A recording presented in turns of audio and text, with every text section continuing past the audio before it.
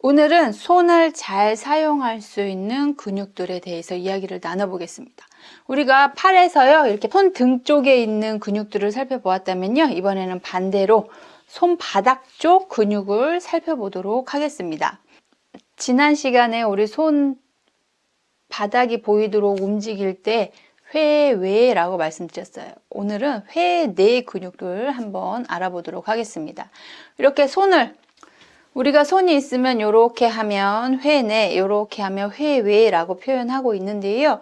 우리가 이렇게 하는 근육이 필요한 이유는요. 이 근육이 작동하지 않으면 밥을 드시기가 어렵다는 거예요. 우리가 손을 이렇게 해야지 젓가락질도 하고 이렇게 숟가락질도 하는데 우리 손에 마비가 오신 분들은 이렇게 하기가 어려워요. 그래서 이렇게 식사를 하시거나 이렇게 손을 움직이는 기능이 약화가 됩니다. 또 우리 뇌신경에 문제가 와도요, 우리가 디테일하게 이렇게 움직이는 근육들의 손상을 많이 가지고 와요.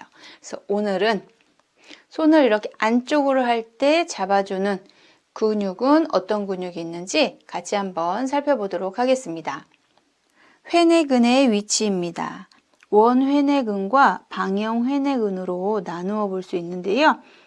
원회내근은 위쪽에서 상완골의 팔뼈와 아래쪽 요골에 붙습니다. 방형회내근은 척골과 요골을 잘 잡아주고 있는 모습을 볼 수 있습니다. 이 근육은 매우 얇은 막같이 생긴 근육이어서요. 우리 여기 손을 보시면 살이 거의 없잖아요. 그래서 여기에 무슨 근육이 있나 하실 텐데요. 네, 얇은 막 같은 형태로 존재하고 있습니다. 자, 우리가 중요한 포인트들을 짚어가고 있는데요. 우리 손을 사용하시는 근육이에요. 그러니까 우리가 밥을 먹을 때 이렇게 회내되어야 되고 손을 구부릴 수 있어야 우리가 도구들을 사용할 수 있기 때문에 이 손가락을 구부리는 근육들 역시 같이 살펴보도록 하겠습니다. 자, 손목 관절과 손가락 관절들을 굴곡시키는 이 근육들은 어떤 게 있을까요? 요측, 처축, 수근 굴근이 있고요. 천지 굴근, 장무지 굴근이 있습니다. 이렇게 손을 구부리고 손목을 구부리는 이런 동작들에 문제가 발생하면 손바닥이 뻣뻣하고 통증이 발생을 해요. 굴곡 근육들이 반복적으로 문제를 일으키면요, 관절염이 훨씬 심하다고 느낍니다. 우리가 관절에 문제가 있다 그래서 모두 다 관절염으로 고생하시는 것은 아니에요. 관절은 노화에 의해서 약간씩 퇴화되고 좁아질 수 있지만요, 잘 감싸고 있는 근육이나 인대들이 잘 잡아주고 있으면 통증을 경감시키고요. 그래서 내가 손을 어떻게 관리하느냐에 따라서 달라진다는 거죠. 자, 굴곡근들의 위치 다시 한번 보도록 하겠습니다. 자, 굴곡근 역시요, 우리 손가락까지 내려오지만요, 이 손가락에는 건의 형태로 붙어 있게 됩니다. 근육들은 위쪽에 존재하죠. 그래서 우리 팔 앞쪽에 있는 요 통통한 부분들이 바로 근육의 위치입니다.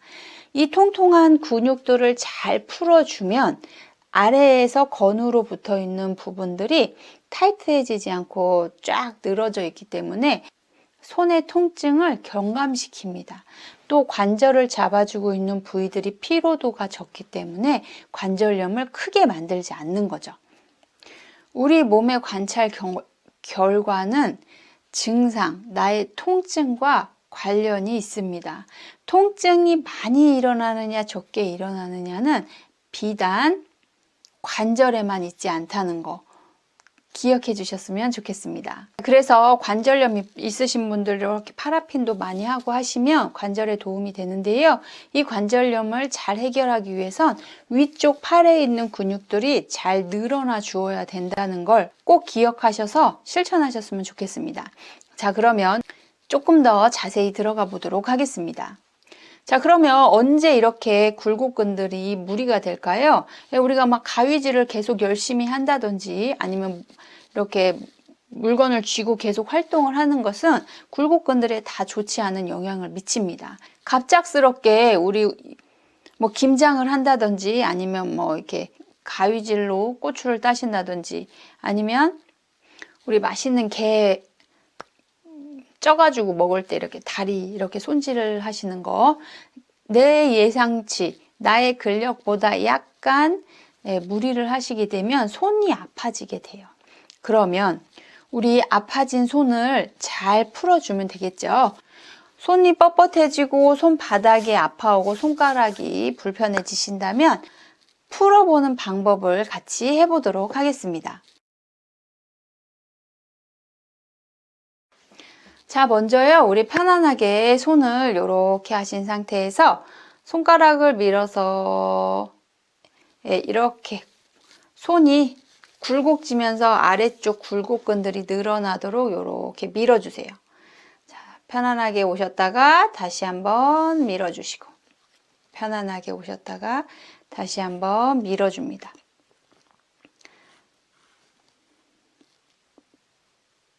같이 10번만 해볼까요? 네. 하나, 둘, 셋, 넷, 다섯, 여섯, 일곱, 여덟, 아홉, 열. 자, 또 우리가 손을 들어서 이렇게 스트레칭을 해 보실 텐데요. 손바닥을 아래로 밀어주면 팔 안쪽 굴곡근들이 스트레칭 되게 됩니다.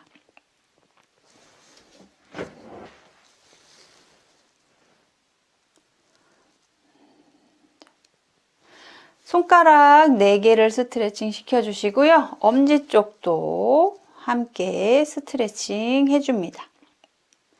방향이 약간 다르기 때문에 손가락과 엄지는 다르게 스트레칭 해주세요. 반대쪽도 동일한 방법으로 스트레칭 해줍니다.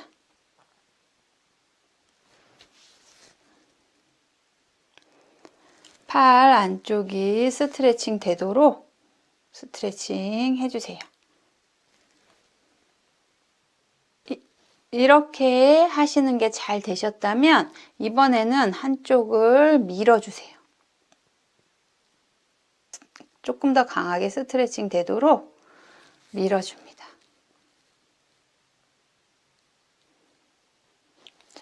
팔 안쪽이 스트레칭 되는 걸 느끼면서 해주신다면 더 잘 될 것이라고 생각됩니다. 아프고 힘든데 억지로 하지 마시고요. 반복하시다 보면 더 잘 늘어난다는 거 확인하실 수 있을 거예요. 강사님, 저는 스트레칭만으로는 풀리지 않고 손이 너무 아픕니다 하시는 분들은요. 우리의 굴곡 근육들의 뭉침이 발생한 거거든요. 이 뭉친 근육들 하나씩 풀어보도록 하겠습니다. 우리 팔의 안쪽도요, 통통한 근육들이 있는데요. 손목을 구부리는 근육들이 수근, 손목 굴곡근들입니다. 이 손목을 구부렸다 폈다 하시면요, 움직이는 근육을 확인하실 수 있을 거예요. 이 근육의 자리를 꼭 잡아보시면 통증이 발생한다면 이 부위에 뭉침이 발생했습니다. 그렇다면 이 근육을 잠시 누르고 가만히 계셔주세요. 혹시 손목 쪽으로 통증이 일어난다면 많이 뭉쳐 있다는 것을 확인하신 겁니다.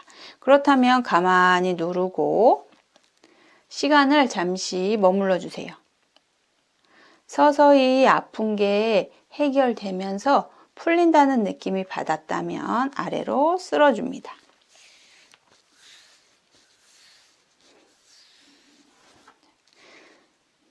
이번에는 손가락 굴곡근들입니다. 자, 이 부위에 다 뭉쳐 있기 때문에 자, 손가락을 구부리고 힘을 주시면요. 손가락이 수축하는 근육이 있습니다. 이 근육도 마찬가지로 꾹 눌러주세요.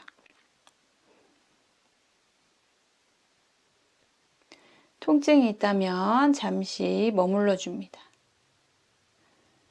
뭉침이 풀렸다면 역시 아래로 스르륵 내려주세요. 잘 내려가지지 않는다면 로션을 바른 상태로 문질러 주셔도 도움이 됩니다. 나는 어딘지 잘 모르겠다 하시는 분들은요, 요 위쪽에 통통한 부위, 손목을 움직이고 손가락을 구부리면서 어디라도 눌러보시면 통증이 있는 부위가 있다면 어떤 부위라도 풀어주시기 바랍니다. 풀린 다음에는 아래로 스르륵 내리고 위로 올려서 아래쪽을 스트레칭 시켜 주신다면 손목과 손가락 굴곡근들이 스트레칭과 이완 그리고 움직임의 회복까지 해결하실 수 있습니다. 엄지손가락 쪽이 통증이 있다면 이것은 엄지손가락 굴곡근입니다.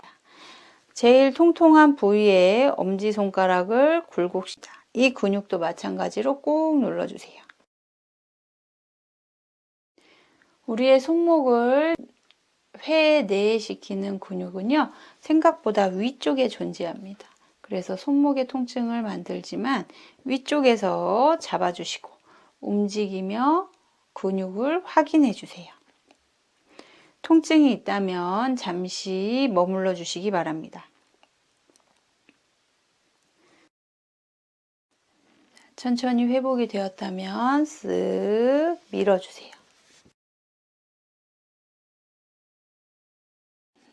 팔을 풀어주신 상태에서 팔을 넘겨보시면 훨씬 더 편안하게 잘 넘어가는 걸 확인하실 수 있을 거예요. 손을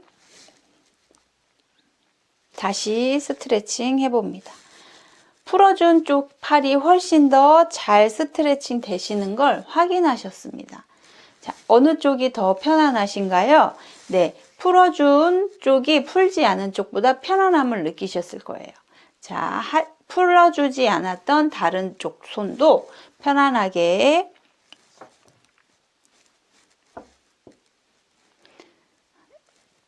뭉친 근육이 있다면 풀어주시기 바랍니다.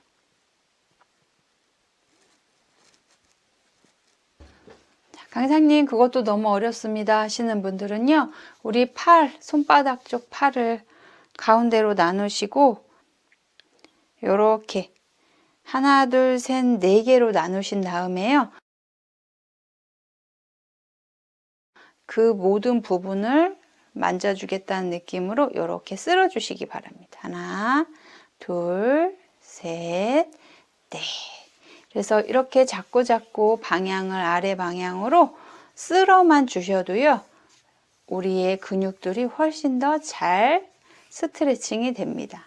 이 상태에서 팔을 당겨 팔이 편안해졌는지 확인해 주시고요. 우리가 팔을 구부리는 동작을 많이 할 수 있으려면 스트레칭이 많이 되면 우리가 힘을 주려고 하였을 때 훨씬 더 잘 된다는 점 기억하여 주시고요.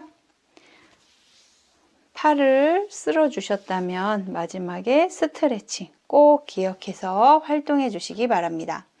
손에 힘이 없어졌을 때 손을 아귀 힘을 키우기 위해서 손가락 근력 운동들을 하시는데요.